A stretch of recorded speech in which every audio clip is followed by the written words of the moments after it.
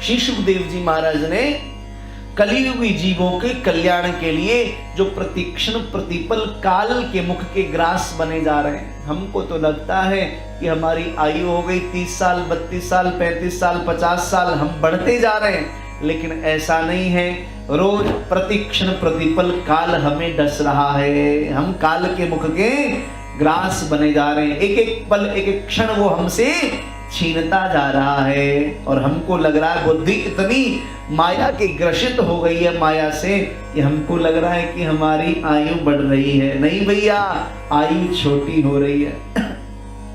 तो सूत जी महाराज कहते हैं कलयुग में जीवों के काल रूपी सर्प के मुख का ग्रास होने के त्रास का आत्यंतिक नाश करने के लिए श्रीमद् भागवत शास्त्र का उन्होंने प्रवचन किया। मन की शुद्धि के लिए भागवत जी से बढ़कर के कोई बड़ा साधन नहीं है। मन की शुद्धि के लिए जब मनुष्य के जन्म जन्मांतर का पुण्य उदय होता है तब उसे भागवत शास्त्र की प्राप्ति होती है। एतस्माद् परं किंचिन मनः शुद्ध्यै न विद्यते। एतस्माद् परं किंचिन मनः शुद्ध्यै न विद्यते। जन्मांतरे भवेत् पुण्यं तदा भागवतं लभेत्। जन्मांतरे भवेत् पुण्यं तदा भागवतं लभेत्। महाराज, मन की शुद्धि के लिए भागवत जी से बढ़कर के कोई बड़ा साधन नहीं हो सकता। जब मनुष्य के जन्म जन्मांतर का पुण्योदय होता है तब उसे भागवत जी की प्राप्ति होती है।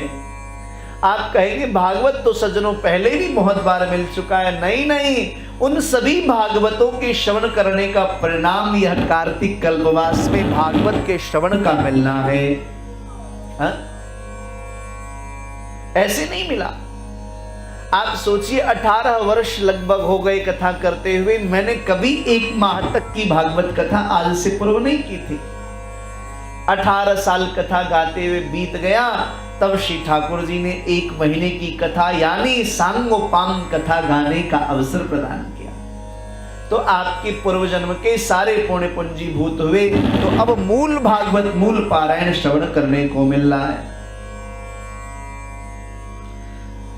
श्री सूत जी महाराज सोनकादिक ऋषियों से कहते हैं एक घटना, बोले एक बार की बात है, परीक्षिते कथा वक्तुम सभायां संस्थिते सुखे सुधा कुंभं गृहीत्वैव देवासक्त समागमन्। जब राजा परीक्षित को सुखदेव कथा श्रवण कराने के लिए एकत्रित हुए, विराजमान हुए, उस समय देवता लोग इंद्र जो हैं स्वर्ग से अमृत का कलश लेकर के आए। सुखं नत्वा वदन् सर्वे स्वकार्य कुशलासुराः शुधा कुंभं गृहीत्वैव देवासक्त समागमन्। सुखं नत्वा वदन् सर्वे स्वकार्य कुशलासुराः कथा सुधां प्रयच्छस्व देवासक्त समागृहीत्वैव शुधामिमाम्। महाराज देवता पहुंचे स्वर्ग से अमृत का कलश लेकर के और जाकर के प्रदान किया परीक्षित को। परीक्षित तुम ये कथा क्यों सुन रहे हो? बोले क्योंकि हमें सांप लग गया है, 7वें दिन तक्षक के डसने से मेरी मृत्यु हो जाएगी, इसलिए मैं कथा सुन रहा हूं। बोले यदि तुम्हारी मृत्यु ना हो तो? बोले कैसे संभव है? बोले अमृत पी लो, तुम्हारी मृत्यु नहीं होगी, संत की वाणी झूठी हो जाएगी। परीक्षित के मन में भाव जगा, यह अमृत मैं पी लूंगा। एक तो अपराध किया है संत का अपमान करके, और दूसरा अपराध हो जाएगा संत के वाणी को झुठला देने का। परम वैष्णव है परीक्षित जी, परम भक्त हैं। सोचा संत की वाणी महाराज अमृत को पीने से झूठी हो जाएगी, और दूसरी बात भागवत जी जिनको श्रवण करने के लिए मैं सुख तीर्थ में उपस्थित हुआ हूं, उनका अपमान हो जाएगा। तो महाराज मना कर दिया। बोले क्या चाहते हो? बोले तुम निर्भय होना चाहते हो, मृत्यु से पार पाना चाहते हो, इसलिए तुम कथा का विनिमय कर लो। इंद्र कहते हैं एवं विनिमय जाते सुधाराज्ञा प्रपीयता प्रपास्यामो वयं सर्वे श्रीमद्भागवतामृतम्। वे परीक्षित विनिमय कर लो। एवं विनिमय जाते सुधाराज्ञा प्रपीयता।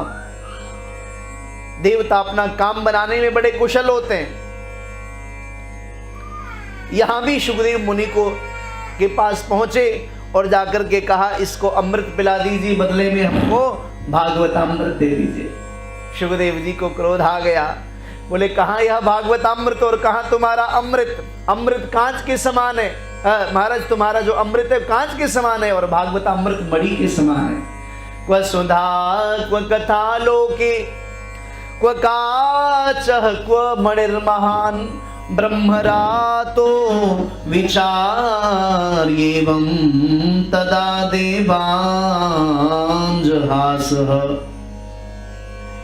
महाराज श्री सुखदेव कहते हैं संसार में कहां कांच और कहां महामूल्य मणि तथा कहां सुधा और कहां कथा। सुखदेव जी ने यह सोच करके देवताओं की हंसी उड़ा दी, उन्हें भक्ति शून्य यानी कथा का अनधिकारी घोषित कर दिया। कथा को खरीदने आए हो हैं? श्री ठाकुर जी की कथा बिकती है, तुम कथा के शून्य हो, भक्ति शून्य हो, कथा के अनधिकारी जीव हो। और यह कह करके सुखदेव जी ने अभक्त घोषित कर दिया और देवताओं को भागवतामृत का पान नहीं कराया। महाराज इस प्रकार श्री सूत जी महाराज सोनकादिक ऋषियों से कहते हैं यह देवा नाम अपि दुर्लभम। अब जो मैं आपको कथा श्रवण कराने जा रहा हूं यह देवताओं के लिए भी दुर्लभ है। देवा नाम अपि दुर्लभम। सज्जनों अनंत अनंत जन्मों के पुण्य पुंजीभूत हुए तभी तो, नहीं तो जब साप्ताहिक भागवत होती है तो क्या होता है, पहले दिन में ही तृतीय स्कंद तक पहुंचना पड़ता है, दौड़ दौड़ के भाग भाग के। अब सोचो दूसरे दिन की कथाएं और पहले अध्याय के मात्र हम 16वें श्लोक तक पहुंच पाए हैं। ये आजादी साप्ताहिक भागवत में मिलती है क्या? नहीं मिलती।